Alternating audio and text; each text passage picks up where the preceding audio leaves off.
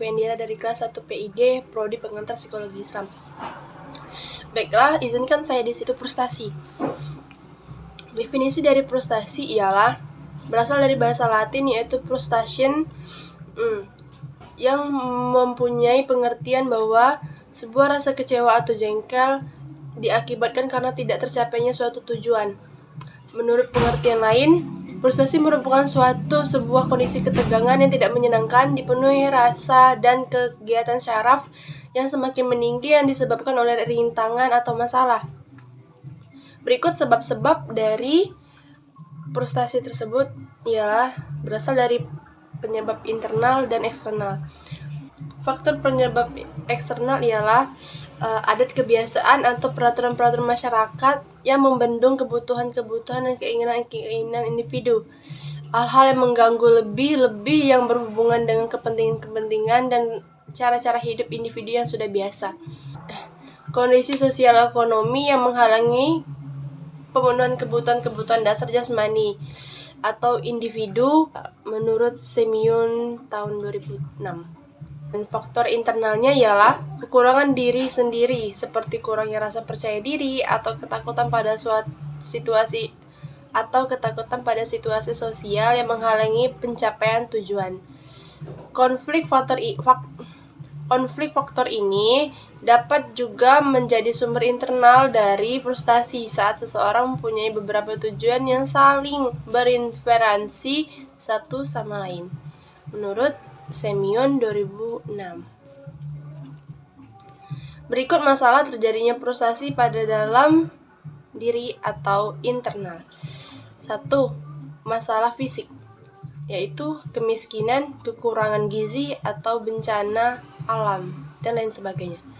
2. Masalah sosial, yaitu sebuah kondisi perekonomian yang tidak bagus atau persaingan hidup yang keras, perubahan tak pasti berbagai aspek kehidupan. 3. Masalah pribadi, yaitu keterbatasan pribadi, sebuah kondisi dalam bentuk cacat fisik atau penampilan fisik yang kurang menarik bisa menjadi penyebab frustasi dan sedih.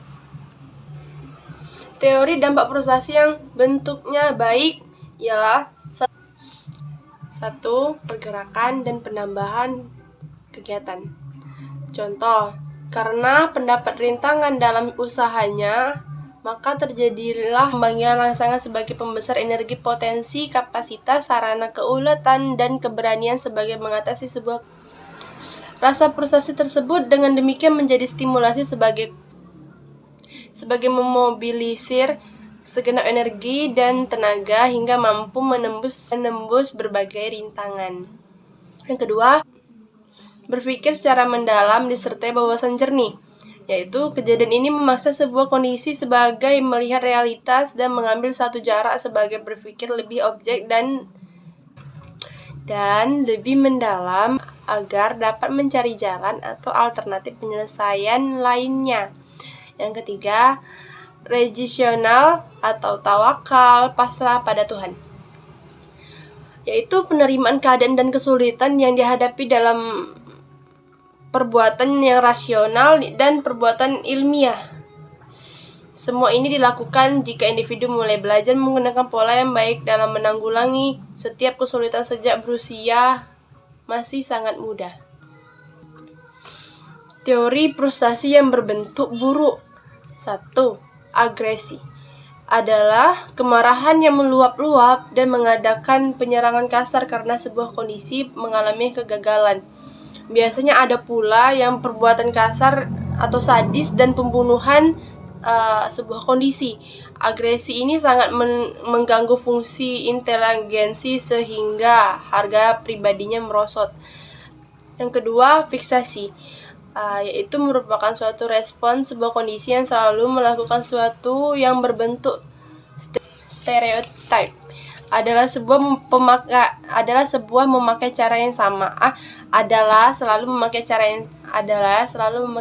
sama. Semua itu dilakukan sebagai alat pencapaian tujuan, menyalurkan kedongkolan atau alat balas dendam.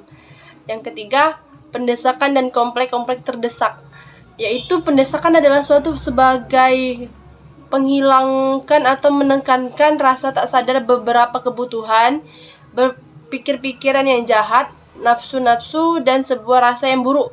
Karena didesak oleh sebuah kondisi yang tak sadar, maka terjadilah komplek-komplek terdesak yang sering mengganggu ketenangan batin. Baiklah, mungkin itu saja yang dapat saya sampaikan. Berikut adalah referensi dari materi yang saya dapatkan.